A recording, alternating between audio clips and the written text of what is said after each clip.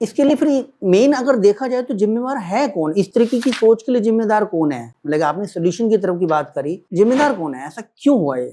देखिए, जिम्मेवार तो क्या है, इसमें ना बहुत कंट्रोवर्सीज होती हैं। कई आप टीवी डिबेट देखोगे तो लोग और समाज का एक वो बन गया है कि महिलाओं को ही जिम्मेदार ठहराया जाता है। एक दिन में 90 रेप के केस जो है रजिस्टर होते हैं। अच्छा, एक दिन में 90 रेप, ठीक है, जो कि ऑन रिकॉर्ड आते हैं। जो ऑफ द रिकॉर्ड कितने होंगे वो तो पता ही नहीं किसी को। गांव कस्बे खेतों इधर उधर क्या हो रहा है वो कौन जाने, वो तो आती ही नहीं अपने कंप्लेंट करने।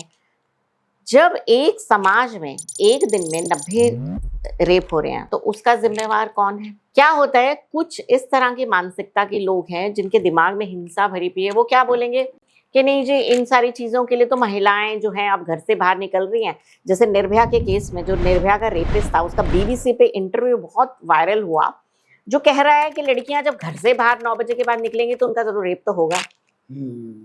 अब आप बताओ, अगर मेरी बेटी डॉक्टर है भी, अगर वो रात नाइट ड्यूटी में जा रही है, जैसे अब उस बिटिया के साथ कैलकाटा में हुआ, हाँ, वो अपनी ड्यूटी पे बैठी है, 3 दिन से वो ड्यूटी कर रही है ना, वो सो भी नहीं रही, और झपकी लेने गई है तो उसका रेप हो गया। फिर उसके पीछे की जो भी कंट्रोवर्सी, मतलब उसके साथ जो भी षड्यंत्र रचा गया, वो सब एक अनदर स्टोरी है। तो अगर मैं काम पर जा रही हूँ तो क्या मतलब कि वो निमंत्रण है कि आइए आप रेप करिए?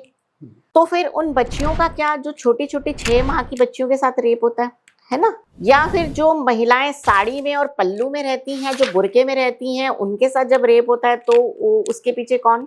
बुरके में तो आंखें ही दिखती है ना, और तो कुछ नहीं दिख रहा। तो ये जो कहते हैं लोग कि जी नहीं, महिलाएं घर से निकल रही हैं, या महिलाएं कपड़े ऐसे पहनती हैं, या महिलाएं जो है प्रोग्रेस कर रही हैं और वो जिम्मेवार है रेप के लिए, तो बहुत ही गंदी, घटिया और हिंसात्मक सोच है। रेप पुरुषों के, सबके नहीं, पुरुषों के दिमाग में है। उन पुरुषों के दिमाग में है जो महिलाओं को के प्रति बहुत ही हीन भावना या बहुत ही एक हिंसा का भाव रखते हैं, नफरत का भाव रखते हैं। ये अपनी नफरत को इस प्रकार से प्रकट करते हैं, है ना? इसके पीछे वो सोच जिम्मेवार है। तो हमारा जो है सोच, उस सोच पे हमें काम करने की जरूरत है ना। जो सोच ऐसी आ करके, भाई कोई तो काम के लिए जा रहा है, नहीं जी अब इसके ऊपर तेजाब फेंक दो, नहीं जी इसको तो रेप कर दो, ये घर से निकली क्यों? अरे ये क्या बात है? कोई जानवर है क्या महिला? एक महिला तुम्हें जन्म देती है, एक महिला तुम्हें पालती पोसती है। चलो मैं कहती हूँ किसी के घर में बहन नहीं होती, किसी के घर में बीवी भी शायद ना हो, माँ तो सभी के घर में होती है ना। उस कोख में ही तो पुरुष भी जन्म लेता है ना। तो किसको समझना है? ये कहाँ पे है समस्या? उसी पे तो हम बात कर रहे हैं।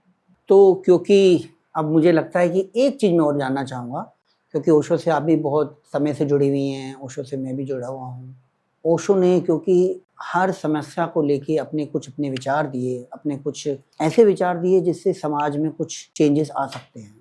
ओशो ने इस विषय के ऊपर, चाहे महिलाओं के लिए या पुरुष के विचारों के लिए, ऐसा क्या बोला कि जिससे कि समस्या का समाधान हो सके? देखिए, पहले तो मैं एक बात आपको स्वामी जी बताना चाहूंगी, आपको भी पता ही होगा, ओशो इस सदी के पहले ऐसे गुरु हुए हैं कि जिन्होंने महिलाओं को इक्वल दर्जा दिया है अपने आश्रम में, अपने प्रवचनों में, अपने जीवन में।